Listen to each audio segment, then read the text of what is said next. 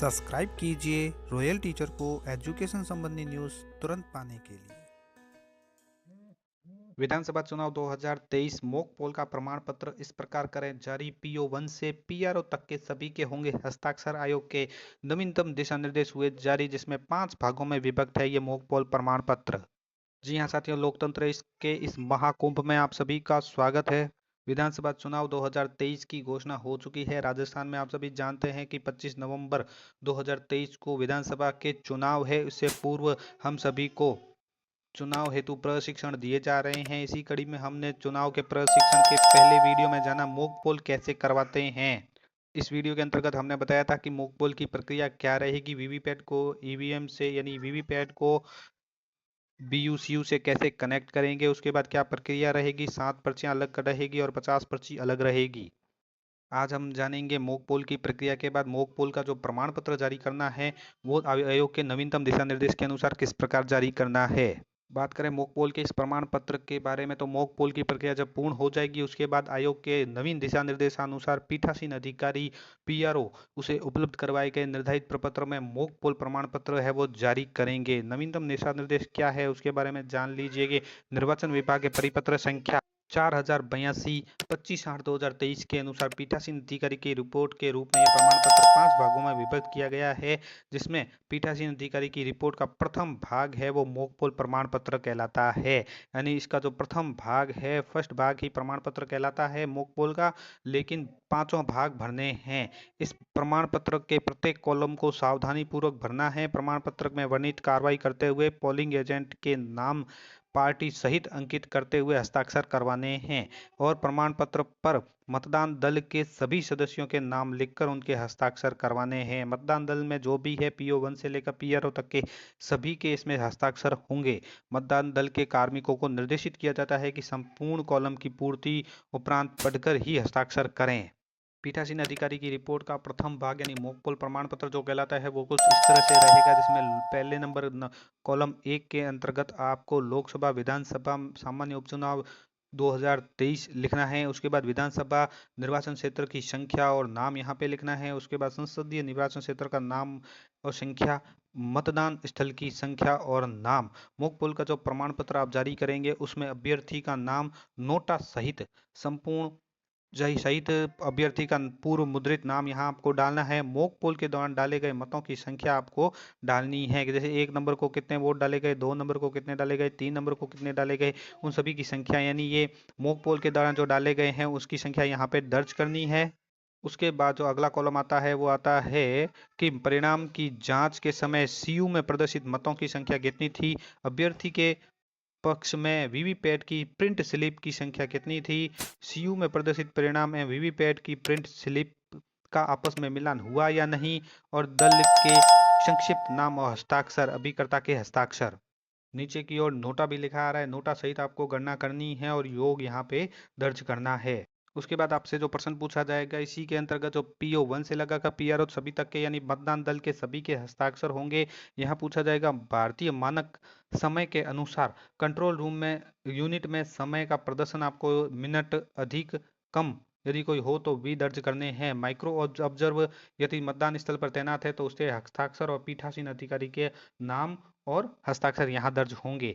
उसके बाद जो प्रमाणित करता है कि एतद द्वारा प्रमाणित किया जाता है कि वास्तविक मतदान प्रारंभ होने से पूर्व समस्त मतदान कार्मिकों की उपस्थिति में सुनिश्चित किए जाने के लिए CU में कुल वोट 0 है। CU का टोटल बटन दबाया गया है। यानी ये टोटल बटन कब दबाना है, कैसे दबाना है, इसके बारे में मॉक पोल की प्रक्रिया के दौरान मैंने बताया है। अब ये प्रमाण पत्र है तो कंट्रोल यूनिट यानी CU में कुल वोट 0 प्रदर्शित करती है अथवा CU में कुल वोट 0 से अधिक प्रदर्शित करती है। उसके बाद पीठासीन अधिकारी के नाम और हस्ताक्षर यहाँ पे नहीं होंगे और मॉक पोल के वोट साफ हुए या नहीं हुए वो इसका प्रमाण है। जहां तक हो सके आपको कंट्रोल यूनिट में कुल वोट 0 ही प्रदर्शित करना है और 0 ही प्रदर्शित होगा जब इसको आप क्लियर कर देंगे। यानी कि दूसरा जो ऑप्शन है वो काम में नहीं आएगा। CU में कुल वोट 0 से अधिक प्रदर्शित नहीं होने चाहिए। मॉक पोल के वोट्स साफ भी करने हैं, इसलिए ये काम नहीं आएगा। आपको कुल वोट 0 प्रदर्शित करके यहाँ पे हस्ताक्षर नाम PRO का दर्ज करना है। उसके बाद आ जाएंगे चारों जो मतदान अधिकारी है PO1, PO2 पीओ थर्ड और पीआरओ इन सभी के हस्ताक्षर यानी आपके मतदान अधिकारी आपकी टीम में जितने सदस्य हैं उन सभी का नाम और हस्ताक्षर यहाँ पे आपको दर्ज करवाने हैं। ये देखिए इनके क्रम संख्या, मतदान अधिकारी का नाम और उसके हस्ताक्षर। कई बार परिस्थिति के वश हमारा जो मॉक पोल के दौरान है वो वास्तविक मतदान के दौरान बैटरी खराब होने की स्थिति में सीयू की बैटरी आयोग द्वारा बदलने के नवीनतम निर्देश दिए गए हैं। बैटरी बदलने पर ही आपको अगली रिपोर्ट को भरना है जो आपको यहाँ पे दर्शाई जा रही है। ये भाग 2 है जिसमें सीयू एंड कंट्रोल यूनिट की बैटरी अगर बदलते हैं तो यहाँ उसके हस्ताक्षर होंगे। यहाँ भी मतदान अभिकर्ता का नाम, दल का नाम, अभ्यर्थी का नाम, मतदान अभिकर्ता के हस्ताक्षर, पीठासीन अधिकारी के हस्ताक्षर होंगे। ये कब है? पावर पैक यानी सीयू की अगर बैटरी खराब होती है तो ही इसको भरना है, अन्यथा नहीं भरना है। प्रारूप के सभी कॉलम पूर्ण करने हैं। उपस्थित जो अभिकर्ता है उसके नाम और हस्ताक्षर की कॉलम की पूर्ति भी करनी है। और ये जो प्रारूप है इसको पीठासीन अधिकारी यानी पीआरओ साहिबान हस्ताक्षर के साथ ही सेक्टर अधिकारी के भी यथा समय स्थान पर यहाँ पे हस्ताक्षर होंगे। इस रिपोर्ट के अंतर्गत पीठासीन अधिकारी यानी पीआरओ के हस्ताक्षर के साथ साथ सेक्टर मजिस्ट्रेट के भी हस्ताक्षर होंगे।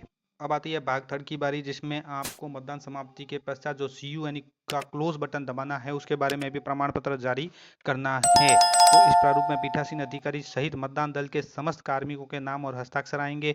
उपस्थित जो अभिकर्ता है और दल का नाम, अभ्यर्थी का नाम अंकित करते हुए हस्ताक्षर करवाएंगे। तो मतदान की समाप्ति पर जो क्लोज बटन आपको दबाना है उसका ये प्रारूप है जिसमें अंतर्गत आपको विधानसभा उपचुनाव या विधानसभा सामान्य चुनाव, लोकसभा चुनाव की जो 2023 लिखना है कॉलम 1 में। उसके बाद विधानसभा में निर्वाचन क्षेत्र की संख्या, नाम जो भी कॉलम है वो दर्ज करने के बाद मतदान अधिकारी के नाम और पद, उनके हस्ताक्षर। इसके बाद क्रम मतदान अभिकर्ता जो है उनके नाम, दल का नाम, अभ्यर्थी का नाम और अभ्यर्थी के हस्ताक्षर करवाने हैं और नीचे पीठासीन अधिकारी के हस्ताक्षर। ये तीनों प्रमाण पत्र जो आपको अभी बताए पार्ट 1, पार्ट 2 और पार्ट 3 तीनों ही आपको ईवीएम वीवीपैट के साथ ही काउंटर नंबर 1 पर रिटर्निंग अधिकारी को जमा करवाने हैं। काउंटर नंबर 1 पर आपको जमा करवाने होंगे। उसके बाद आता है भाग 4। भाग 4 के अंतर्गत ईवीएम और वीवीपैट में से किसी को अगर रिप्लेसमेंट करते हैं मॉक पोल के दौरान ही तो आपको एक प्रपत्र भरना होगा। उस प्रपत्र में भी आपको सेक्टर अधिकारी द्वारा ईवीएम मशीन रिप्लेस करने पर सेक्टर अधिकारी के भी हस्ताक्षर करवाने होंगे। पोलिंग एजेंट जो भी है उनके हस्ताक्षर होंगे और पीठासीन अधिकारी द्वारा ये प्रपत्र भरा जाएगा जो मॉक पोल के दौरान भरा जाएगा। यदि कोई मशीन बदली गई हो तो उसके दौरान भरना है। अंतिम जो 5 भागों में विभक्त किया गया था उसका 5वां भाग आपको तब उपयोग में लेना है जब वास्तविक मतदान के समय अगर बीयू सीयू वीवीपैट बदल दी गई हो, बदलने की स्थिति हो तो आपको ये फॉर्मेट भरना है जिसमें ईवीएम में वीवीपैट बदल गई है, मतदान के दौरान, मतदान की समाप्ति के पश्चात भरा जाना है। जैसी भी स्थिति है तो उसमें बीयू सीयू के नंबर भी आ जाएंगे और मतदान की जो पूरी टीम है उसके साथ हम मतदान अभिकर्ता का नाम, दल का नाम, अभ्यर्थी का नाम है उसके पीठासीन अधिकारी के हस्ताक्षर आएंगे। और रिपोर्ट 4 और 5 जो भाग है वो सेक्टर ऑफिसर है वो कलेक्ट करेंगे। Sector officer shall submit that said report to returning officer. Mock poll का जो प्रमाण पत्र है वो कुछ इस तरह से आपको भरना है जो आपको मैंने वीडियो की शुरुआत में भी दिखाया है। वो खाली प्रपत्र, उसके बाद ये भरा हुआ प्रपत्र भी आप देख लीजिए। नोटा सहित प्रत्येक उम्मीदवार को कम से कम एक एक वोट तो डालना आवश्यक है। मॉक पोल के दौरान कम से कम 50 मतों का मॉक पोल आपको करवाना है। तो साथियों ये थी मॉक पोल के प्रमाण पत्र के संबंध में कुछ आवश्यक जानकारी। उम्मीद है ये वीडियो आपको पसंद आई होगी। वीडियो पसंद आए तो जरूर लाइक, शेयर और सब्सक्राइब कीजिए। पास में आने वाले